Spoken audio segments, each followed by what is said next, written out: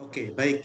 Saudara-saudara terkasih, mohon maaf atas kendala teknis ya yang tidak saya duga.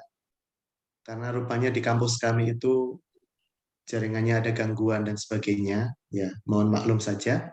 Kita membahas tentang Esther ya, wanita yang sangat istimewa. Nah, kenapa? Karena Esther ini termasuk wanita-wanita mulia dan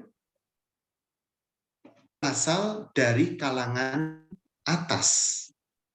Ya, kita mendengar wanita mulia itu dari kalangan biasa, kalangan rakyat biasa ya. Tetapi ini adalah wanita istimewa dari kalangan istana, ya, istana Raja Persia ya. Sebentar, kita akan melihat nanti PowerPoint-nya sedang berproses ini. Mohon kesabarannya ya.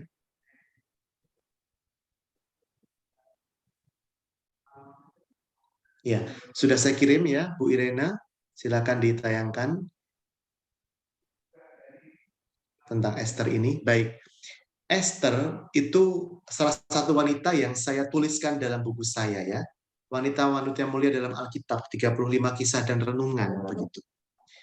Coba saya buka videonya dulu lah. Ya, oke, ini bukunya.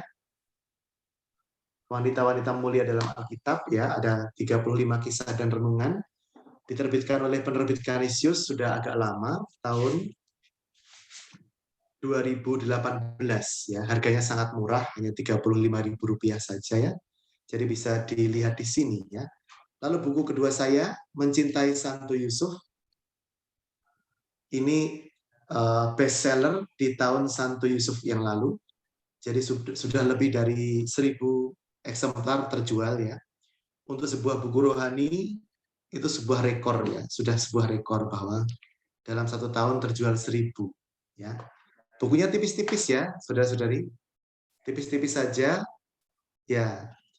Bahasanya bahasa Jepang ya, jelas dan gampang gitu ya. Kalau saya nulis itu selalu pakai bahasa Jepang, ya, jelas dan gampang maksudnya begitu. Bisa ditayangkan PowerPoint saya jika sudah ya.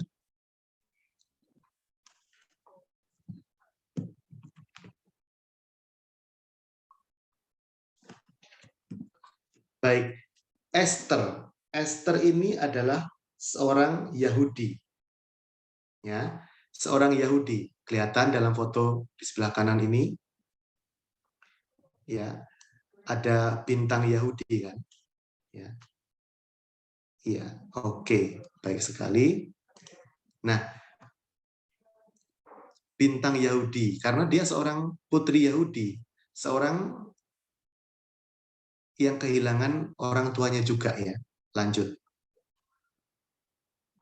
Nah, sekilas kitab Esther. Nah, kita sebaiknya tidak hanya membahas tentang Esther sebagai seorang perempuan, tetapi juga bahwa Esther ini adalah seorang wanita yang menjadi judul dari sebuah kitab. Ya, kitab yang sangat penting bagi orang Yahudi, yaitu kitab Esther, ya, kitab yang dinamai dengan tokoh utamanya dan tidak banyak ya. Kitab-kitab yang dinamai dengan tokoh utama perempuan.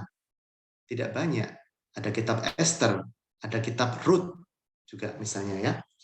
Tapi kitab-kitab yang lain rata-rata dinamai dengan nama-nama laki-laki ya kan. Nah, ini kitab Esther ini istimewa justru karena dia adalah di antara sedikit kitab yang dinamai dengan nama seorang wanita. Ya. Semua nabi-nabi itu laki-laki ya. Daniel, Yoel, Amos, Obadja dan sebagainya. Ya, ada nama Yudit dalam Deuterokanonika ya, tetapi praktis Esther ini ya adalah wanita istimewa karena ada satu kitab yang secara khusus dinamai dengan nama beliau. Berarti menunjukkan betapa pentingnya Esther ini bagi Israel ya, bagi kita juga yang menggunakan kitab suci Israel atau kitab suci Perjanjian Lama sebagai pedoman kita ya. Nah, kitab Esther ini dibaca pada festival Purim yang memperingati penyelamatan orang-orang Yahudi dari rencana jahat Haman. Nah, kitab Esther ini adalah salah satu dari Megillot atau 5 gulungan yang dibaca pada hari-hari besar keagamaan Yahudi. Lanjut.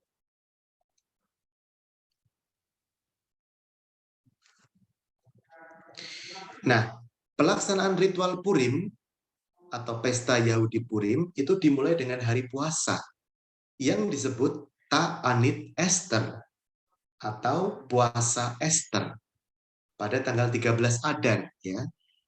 Ini penanggalan Yahudi ya. Jadi apa namanya?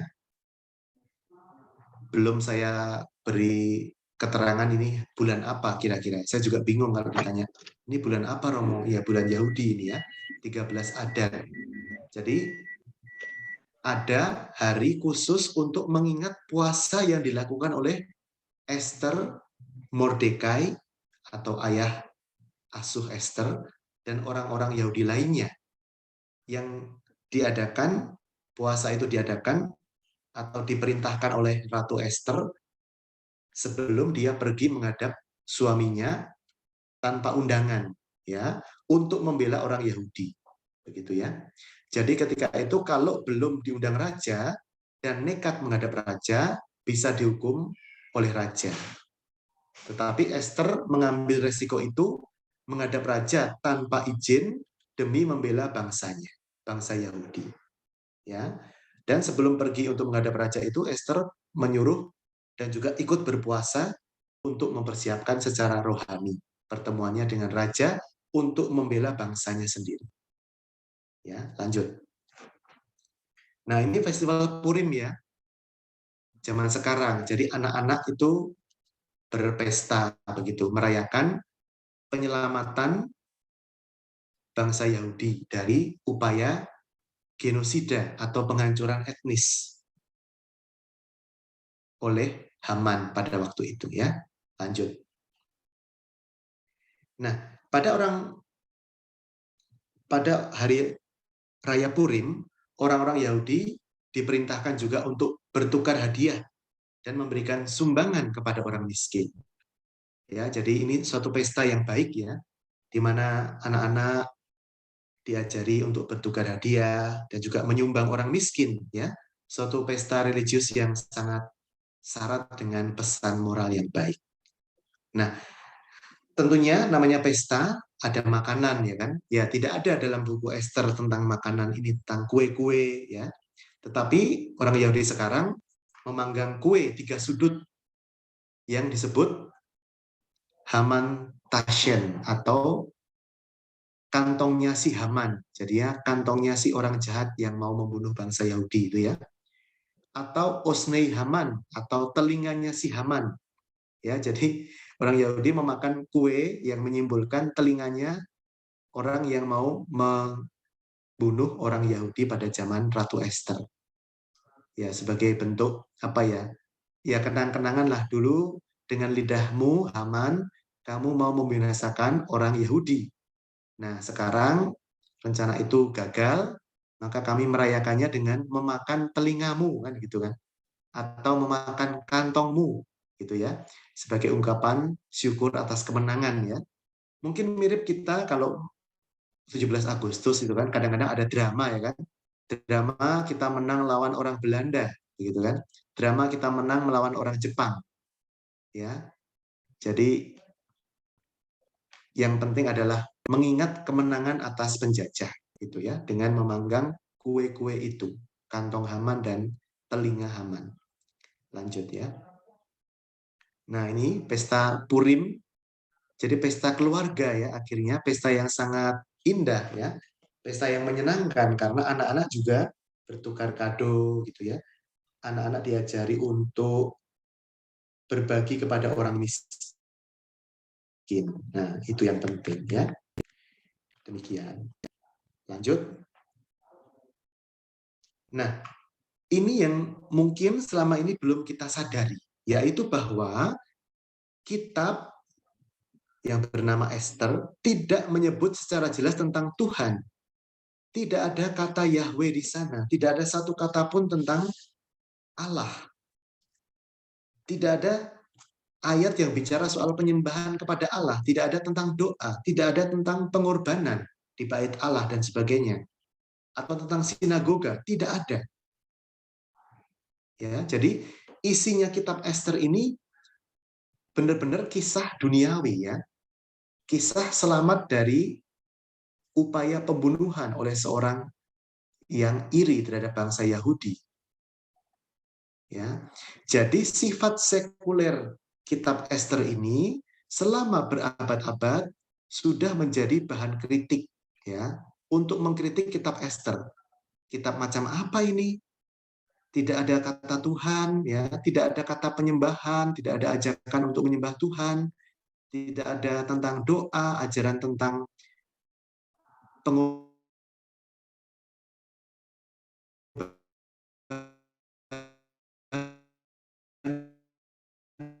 dalam arti ritual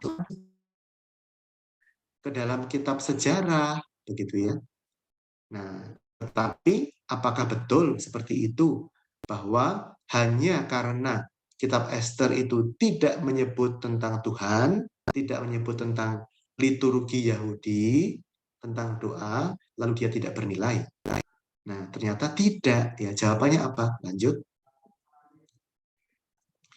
Nah, rupanya penulis kitab Ester itu sengaja dia tidak menyebut Tuhan secara gamblang, tidak ada satu kata pun tentang Yahweh di situ dalam kitabnya, dan tidak ada satu kata pun tentang ritual keagamaan ya di situ. Sengaja karena penulisnya itu menggunakan kebetulan-kebetulan yang terjadi di dalam kisah Ester itu. Ya, untuk mengatakan secara tersirat, ya, jadi bukan tersurat ya, beda ya. Tersurat itu tertulis ya kan, gamblang, ada kata-katanya. Tetapi penulis kitab Ester memilih jalan tersirat. Ya. Jadi kebetulan-kebetulan yang terjadi itu adalah cara Tuhan untuk membebaskan orang Yahudi dari pemusnahan massal, dari genosida. Ya, nanti kita lihat dalam kisahnya ya. Kebetulan-kebetulan apa yang terjadi. Lanjut. Nah, ini yang agak unik ya, bahwa kita tahu bahwa ada yang namanya Septuaginta. Septuaginta itu adalah terjemahan Alkitab Ibrani, Alkitab berbahasa Ibrani ke dalam bahasa Yunani. Nah, penulis atau penerjemah Septuaginta ini karena dia mungkin merasa tidak nyaman ya tentang buku Ester ini yang tidak ada nilai religiusnya, penerjemah Septuaginta ini menambahkan sendiri tentang doa begitu, tentang sikap saleh Ester dan Mordekai ayah asuhnya agar ada tambahan nilai religius. Itu yang dilakukan oleh penerjemah Septuaginta yang menerjemahkan kitab Ester ke dalam bahasa Yunani. Ya, oke ya. Saya sekarang akan menunjukkan di layar saya. Di mana layar saya di sini? Nah, coba lihat ya di Deuterokanonika. Bapak Ibu yang membawa ada Alkitab di dekatnya, ya Deuterokanonika. Di situ ada yang namanya tambahan Ester. Ya, ada tambahan Ester di sini di antara kitab-kitab Deuterokanonika. Nah, itulah tambahan karya penerjemah Septuaginta. Jadi karena di dalam buku Ester yang asli dalam bahasa Ibrani itu tidak ada tentang kesalehan Ester secara religius, di dalam tambahan Ester ditambahkanlah tentang pengabdian religius Ester dan ayah asuhnya Mordekai. Ya, jadi tambahan Ester ini yang masuk ke Deuterokanonika kita adalah karya dari penerjemah kitab Septuaginta, ya, terjemahan dari kitab-kitab berbahasa Ibrani ke dalam bahasa Yunani. Begitu ya. Jadi sangat unik ya buku Ester itu, kitab Ester, karena mungkin di antara seluruh buku Alkitab satu-satunya yang tidak ada kata Tuhannya. Di situ, ya. Lanjut. Nah, Apa yang disebut dengan tambahan pada kitab Ester ini tidak muncul dalam Alkitab Ibrani. Maksudnya kitab aslinya, ya kan, kitab Ester. Tetapi oleh Gereja Katolik kita, kitab ini diterima sebagai bagian dari Alkitab, dimasukkan ke Deuterokanonika, artinya daftar kedua, selain daftar pertama atau Protokanonika yang adalah Perjanjian Lama, yang adalah sama dengan kitab suci orang Ibrani. Ya. Sementara gereja Protestan tidak menerima tambahan Ester ini sebagai bagian dari Perjanjian Lama. Karena gereja Protestan hanya mau menerima kitab-kitab Perjanjian Lama yang ditulis dalam bahasa aslinya, yaitu bahasa Ibrani. Gereja Protestan tidak mau menerima terjemahan ke dalam bahasa Yunani. Ya, termasuk di dalamnya tambahan Ester yang memang adalah terjemahan Yunani dari kitab Ester, ya, atau tambahan penerjemah Yunani dari kitab Ester yang aslinya dalam bahasa Ibrani. Begitu ya, jadi berbeda ya penerimaan tentang buku Ester ini atau tambahan Ester di dalam gereja Katolik dan gereja Protestan. Baik, lanjut. Nah, siapa Ester? Dia adalah istri Raja Ahasuerus dari Persia, ya, dan tokoh pahlawan wanita dalam buku yang dinamai dengan nama beliau, Kitab Ester. Seorang Yahudi dia, namanya Hadassah sebenarnya, atau bunga mirtus, bunga yang sangat indah ya. Nanti bisa dicari di Google, bunga mirtus itu seperti apa, ya. Nah, jadi Hadassah ini adalah sebenarnya bunga, ya, bunga mirtus.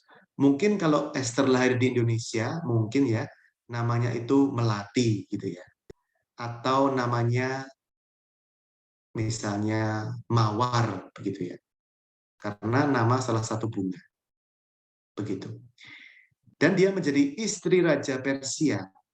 Dan ketika dia menjadi istri Raja Persia, dia menerima nama baru yaitu Ester. Jadi nama aslinya bukan Ester ya, tetapi Hadassah atau bunga mirtus. Lanjut.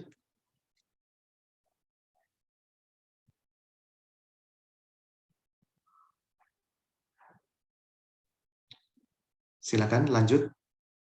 Ya.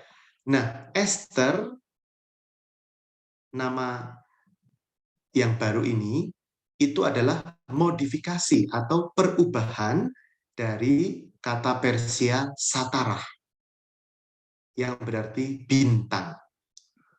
Ya.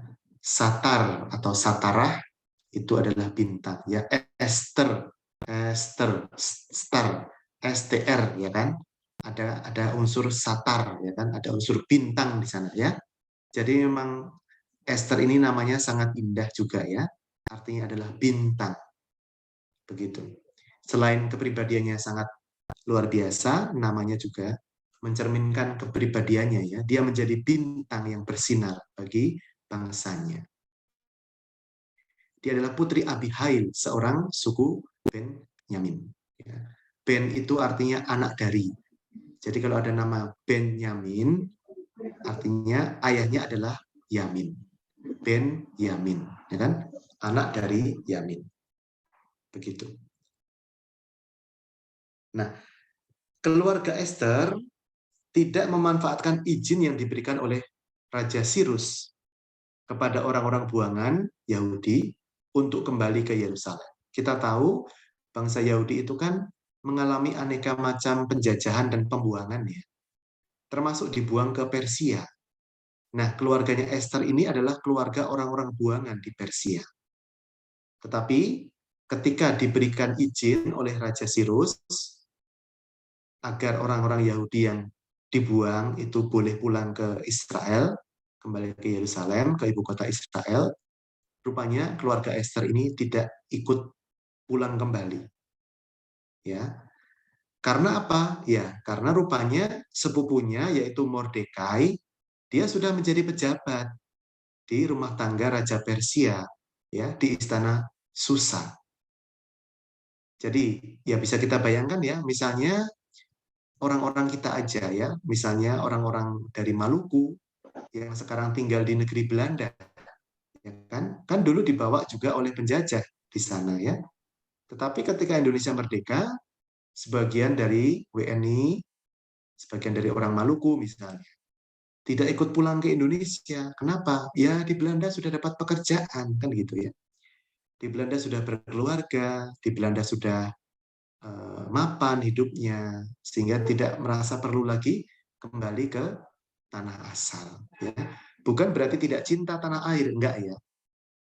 Tetapi realistis.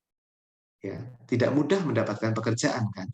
Tidak mudah meninggalkan keluarga atau suami atau istri yang orang Belanda misalnya. Ya. Jadi bukan berarti lalu orang yang tinggal di luar negeri itu tidak nasionalis, tidak juga. Ya. Ada alasan-alasan praktis yang membuat orang itu terpaksa atau katakanlah ya memilih untuk tetap tinggal di negara asing. Dan Esther ini sama ya. Dia cinta sekali pada bangsanya, nanti terbukti dengan keberaniannya, tetapi dia tetap tinggal di Persia bersama juga dengan sejumlah orang Yahudi yang masih memutuskan untuk tinggal di Persia. Begitu. Nah, sepupunya Esther ini bernama Mordekai yang sudah menjabat sebagai administrator di Istana Susa, ya, sehingga secara ekonomi juga lumayan ya kan, bekerja di istana, terjamin hidupnya Esther dan juga Mordeka yang menjadi ayah asuhnya. Ya, lanjut. Nah, ini ada reruntuhan kota Susa di Persia ya. Bisa dikunjungi juga ya, cuma saya nggak tahu ini gimana jalur wisatanya ke sana ya. Ini di negara Iran saat ini, kalau tidak keliru ya, kota Esther ini. Jadi kota Susa ini ada betul-betul, masih ada reruntuhannya juga ya. Begitu. Lanjut. Nah, ini adalah dekorasi dari Istana Susa yang sekarang disimpan di museum di Prancis, di Louvre. Ya, jadi kita tahu karya-karya agung dari bangsa-bangsa Timur Tengah itu sebagian diamankan ya, atau kalau mau jujur dicuri itu aja. Ya. Dicuri oleh penjajah, dicuri oleh bangsa Eropa, dimasukkan ke museum-museum mereka, ya, sehingga kita bisanya melihat justru di Eropa. Padahal ini dari Persia, begitu kan?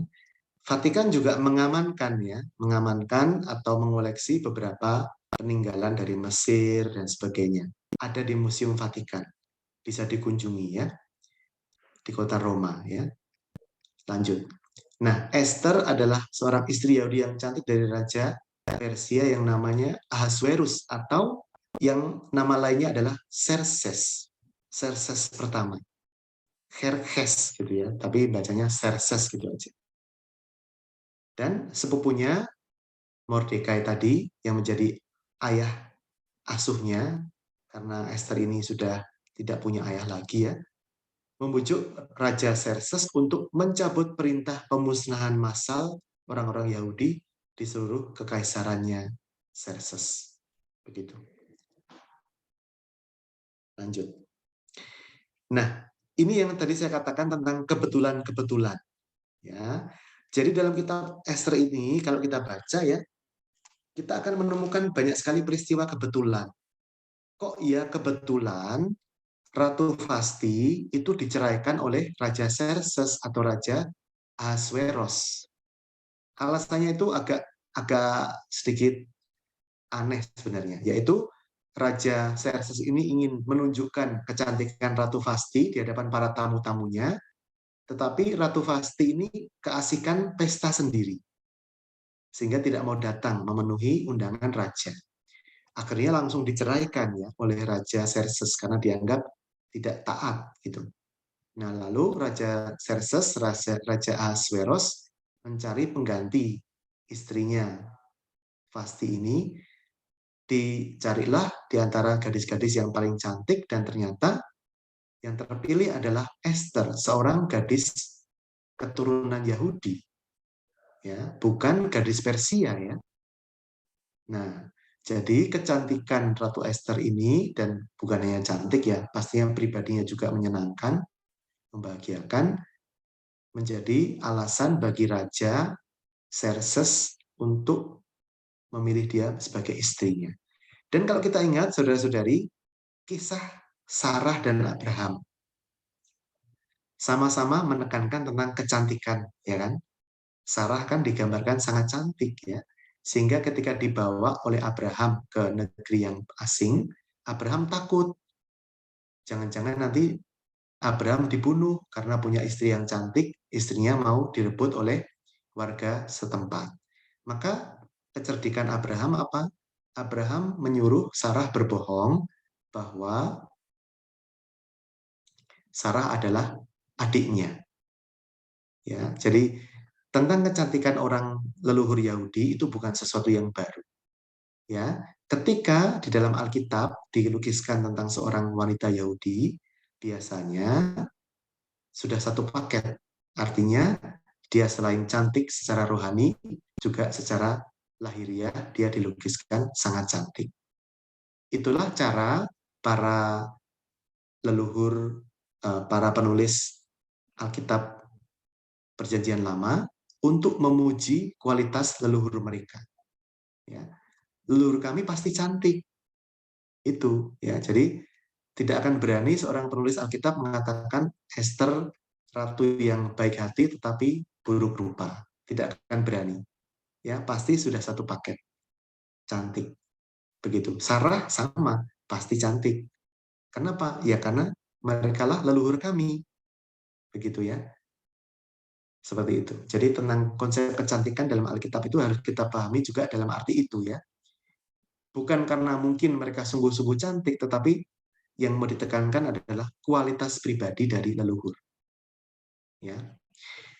Nah, jadi ceritanya itu ada seorang yang iri, ya, bernama Haman. Dia iri terhadap keluarganya si Esther ini yang dapat kedudukan, ya kan, di istana. Orang asing kok dapat kedudukan yang enak, ya, dipercaya oleh raja. Maka dengan segala cara si Haman ini ingin mencari alasan untuk memusnahkan bangsa Yahudi. Ya, lanjut. Dengan perantaran Ratu Esther, malapetaka yang mengerikan ini dapat dihindari. Haman justru digantung di tiang gantungan yang dia buat untuk Mordekai. Nah, ini kebetulan kedua, ya kan? Jadi Haman itu, si jahat itu, sudah menyiapkan tiang gantungan untuk sepupunya Esther, untuk Mordekai. Tetapi justru nantinya si Haman digantung di tiang gantungan yang dia siapkan itu. Ya, jadi di sini lihat, ya, ada unsur-unsur kebetulan, ya, yang berturut-turut begitu. Nah, ini bukan kebetulan sebenarnya. Ini adalah penyelenggaraan Tuhan yang mau menyelamatkan bangsa Israel melalui tangan Ratu Esther. Seorang ratu yang pemberani. Ya, begitu. Maka peristiwa pembebasan orang Yahudi ini akhirnya dirayakan sampai sekarang, ya, oleh orang-orang Yahudi dalam pesta tahunan yang disebut tadi Hari Raya Purim. Nah, sebenarnya Purim itu artinya undian. Di masa lalu, ketika orang membuat keputusan, itu seringkali pakai dadu, ya kan? Pakai undian, begitu. Jadi Purim itu artinya undian. Untuk menentukan nasib seseorang kadang-kadang dipakai undian saja, begitu, supaya mudah, supaya praktis. Karena kalau dialog, ya ada yang setuju, ada yang enggak, gitu kan, tidak akan selesai. Maka digunakan saja undian, ya, digunakan Purim. Nah, ini pesta Purim itu pesta undian dalam arti pesta yang mengenangkan peristiwa penyelamatan bangsa Yahudi dari ancaman pembunuhan massal di Persia. Ya, itu. Lanjut. Nah, Esther itu adalah sepupu yatim piatu dan putri angkat Mordekai. Ya, tadi saya katakan Esther itu sebenarnya kalau bisa kita katakan ya dalam bahasa sekarang, Esther itu putri yang tersia-sia begitu katakanlah. Tetapi menjadi ratu, menjadi permaisuri. Ya, dia itu anak angkat, ya. Lalu dia itu yatim piatu dan nggak punya orang tua. Tetapi akhirnya dipilih oleh Tuhan, digunakan oleh Tuhan untuk menyelamatkan bangsanya dari upaya pembunuhan oleh saingan yang bernama Haman tadi. Ya, jadi sebenarnya kalau dibuat sinetron, saudara-saudari, Esther itu bagus sekali. Ya, dari seorang yang yatim piatu, seorang gadis sederhana yang yatim piatu, diangkat oleh sepupunya sendiri menjadi anak, ya, dan bisa masuk ke kalangan istana raja, dan akhirnya menjadi ratu. Ya, tetapi sebenarnya si Mordekai, si ayah angkatnya Esther, yang sebenarnya adalah sepupunya Esther ini, sebenarnya sudah mewanti-wanti Esther. Hai Esther, janganlah kamu bilang bahwa kamu orang Yahudi. Nanti berisiko, ya kan? Nanti ada orang yang nggak suka, begitu. Jadi diam-diam aja, gitu. Ya. Tapi nanti lambat laun Esther akhirnya berani mengungkapkan bahwa dia orang Yahudi. Begitu. Ya. Nah, justru Ratu Esther mendapatkan dukungan yang lebih besar lagi dari suaminya, dari Raja Xerxes tadi, Raja Ahasuerus, setelah dia menggagalkan rencana pembunuhan terhadap raja. Nah ini lagi, kebetulan yang ketiga, ya. Jadi sudah berapa kali kita mendapatkan kebetulan. Yang kebetulan rencana pembunuhan itu oleh Haman itu oleh ayah angkat Esther, yaitu Mordekai tadi, di gerbang istana. Jadi nggak sengaja gitu ya, ketika Mordekai itu mungkin sedang lalu lalang di gerbang istana, sedang mengurusi makan siangnya raja gitu ya, dia mendengar, loh kok ada orang mau membunuh raja? Wah, harus lapor ini. Ya, jangan sampai rajaku dibunuh. Gitu kan? Jadi nggak sengaja juga bahwa Mordekai itu mendengar rencana pembunuhan terhadap raja Xerxes ya, atau Raja Ahasuerus. Tadi ada komentar menarik dari, sebentar saya buka chatnya. Filmnya ada Romo dari Ibu Martina ya, One Night with the King. Betul, sudah ada filmnya Esther ini. Ya, dalam bahasa Inggris tentunya ya. Jadi memang sangat cerita yang sangat apa ya, sangat indah ya, dari from zero to hero, dari bukan siapa-siapa menjadi pahlawan. Ya, itulah Esther. Lanjut.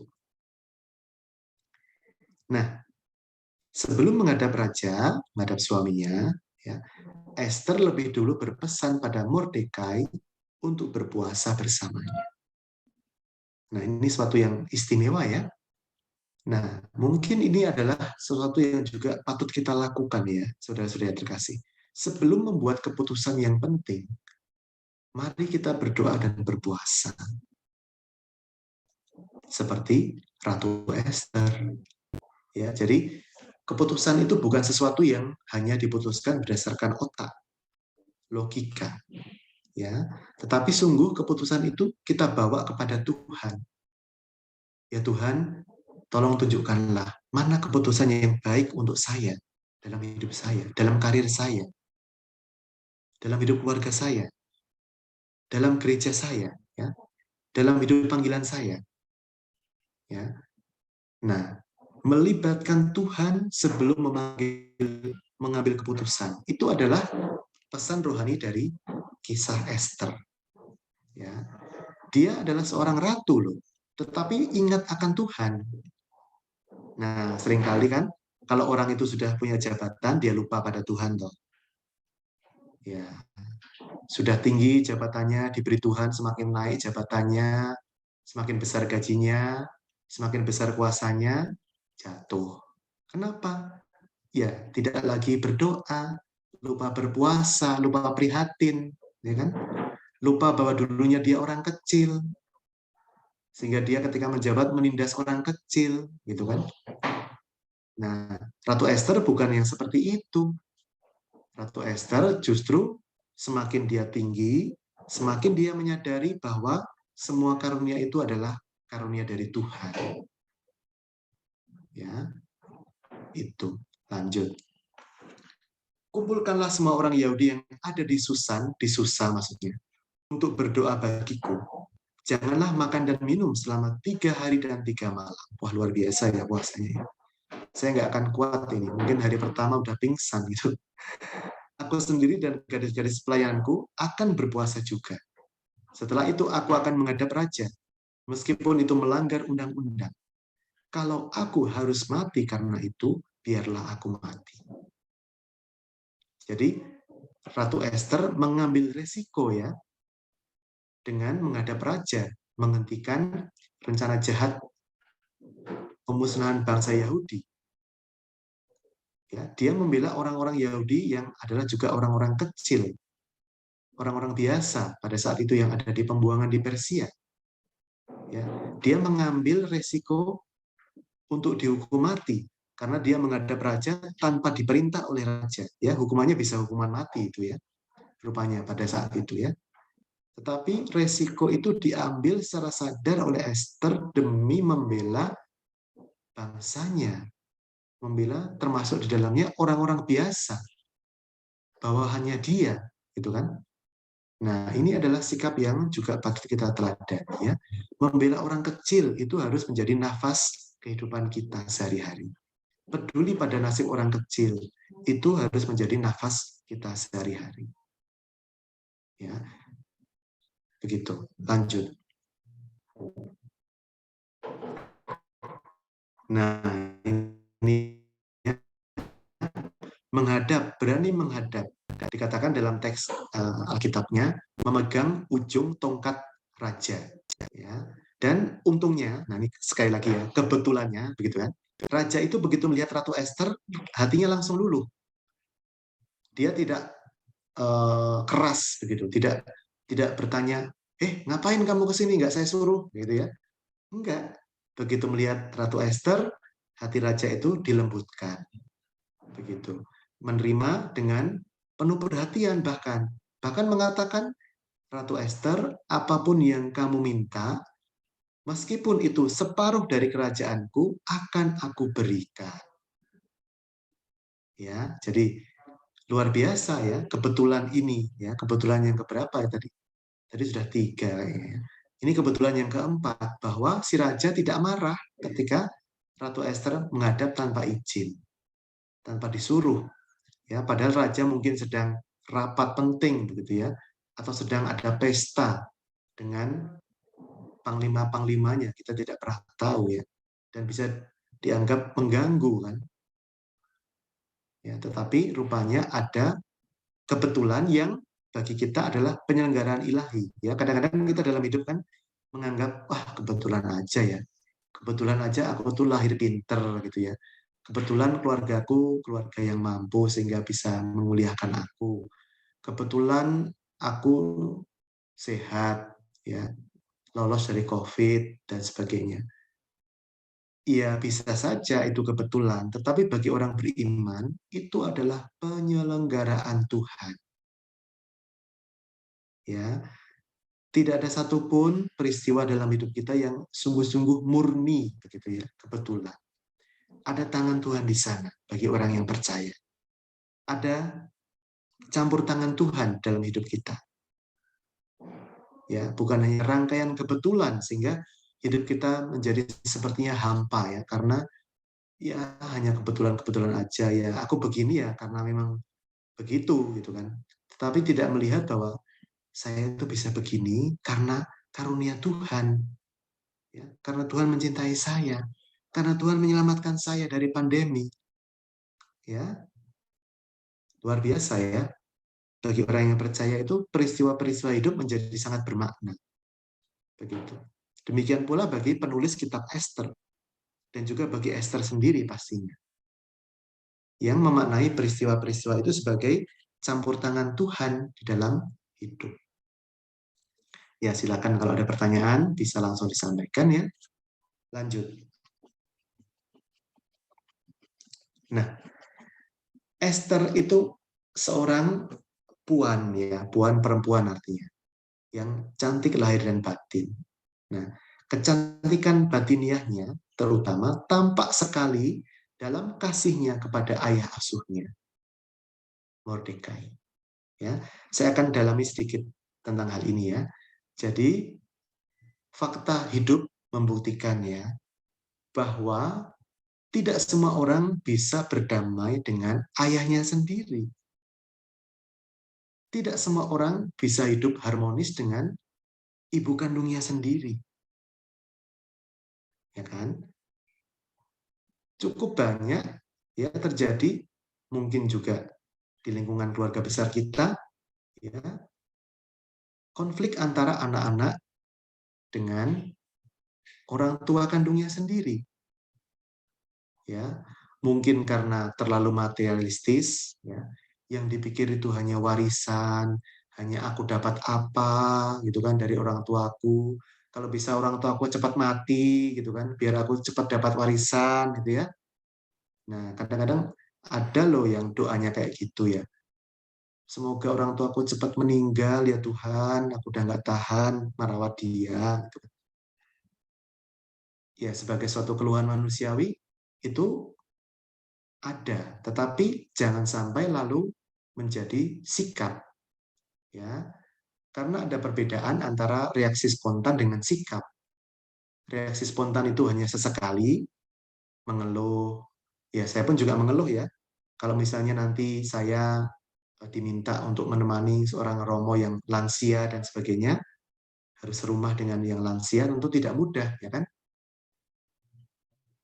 Tetapi jangan sampai itu menjadi sikap, ya. Artinya sikap itu kan kecenderungan umum, ya kan? Kecenderungan umum untuk tidak mau menerima orang tua yang sudah lansia, atau kecenderungan umum untuk tidak berbakti kepada orang tua. Ya, jangan sampai terjadi menjadi sikap. Sesekali mengeluh, wajar saja. Siapa yang tidak mengeluh kalau harus misalnya merawat orang sakit? Ya, siapa yang tidak mengeluh ketika ada kesulitan dalam hidup? Pasti mengeluh. Siapapun itu akan mengeluh. Tetapi jangan sampai menjadi sikap, menjadi kecenderungan, menjadi pola perilaku. Ya. Nah, Esther lebih luar biasa lagi. Kenapa? Esther berhasil mengasihi ayah asuhnya yang bukan ayah kandungnya. Ya, sementara kita saja kadang-kadang kita kesulitan mengasihi ayah dan ibu kandung kita sendiri. Ya, mungkin sampai bertahun-tahun ya, maaf ya, makamnya nggak dikunjungi. Ya, karena mungkin ada luka batin ya kan. Wah, dulu ayahku tuh waktu aku kecil sampai remaja itu hobinya mukul gitu ya. Sehingga ngapain aku mendoakan dia? Ah, males gitu kan. Karena dia sudah melukai saya dalam hidup saya ketika dia hidup gitu ya. Atau dulu ayahku atau ibuku nggak peduli, yang peduli hanya ayahku. Ah, ngapain peduli sama mamaku sekarang? Ya. Atau ayahku sekarang yang dulu nggak peduli. Nah, luka-luka batin ini sebenarnya harus disembuhkan. Ya. Kenapa? Ya, kita harus mendoakan yang hidup dan yang mati. Ya, orang tua, leluhur wajib kita doakan karena mereka ada dalam kesatuan kita sebagai gereja. Ya kan? Gereja itu gereja yang bagi orang yang hidup dan yang mati. Ya kan? Jadi cinta kita juga harus kepada semua, kepada yang hidup dan yang sudah mati. Jangan melupakan yang sudah meninggal. Meskipun yang meninggal itu pernah melukai hati kita. Ya kan? Meskipun pernah merugikan kita, pernah menipu kita mungkin semasa hidupnya. Ya. Mungkin juga saudara kita sendiri menipu kita. Tetapi ketika dia sakit, dia lansia, dia meninggal, Jangan lupakan, kasihilah mereka, sebab mereka tidak tahu yang mereka perbuat, kan seperti itu. Ya. Nah, apalagi kita punya teladan Esther, ya, dia mengasihi sungguh ayah asuhnya Mordekai, ya, sehati sejiwa dengan ayah asuhnya, ya, tidak mau meninggalkan ayah asuhnya yang sudah bekerja di Persia. Ya, seandainya Esther ini egois, mungkin ya, dia akan pergi juga pulang ke Yerusalem atau pulang ke Palestina, ya, meninggalkan sepupunya ini sendirian begitu ya. Tidak, justru Esther ini mau mendampingi sepupunya yang akhirnya menjadi ayah asuhnya ini, ya. Jadi ada saling kasih yang tulus antara Mordekai dengan Esther. Yang tidak mudah loh. Karena ayah kandung dan anak kandung aja sering konflik, apalagi ayah sambung, ya, atau ayah tiri katakanlah ya. Tetapi dalam hal ini bukan ayah tiri ya, tetapi ayah asuh.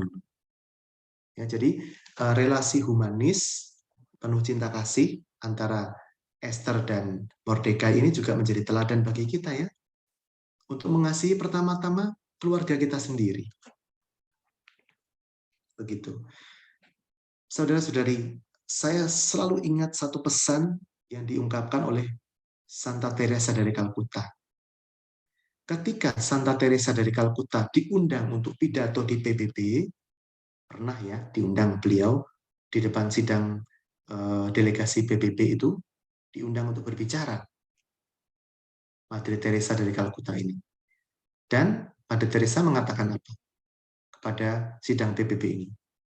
Kalau kita ingin mengubah dunia, kalau kalian ingin mengubah dunia, pulanglah ke rumahmu masing-masing dan cintailah keluarga.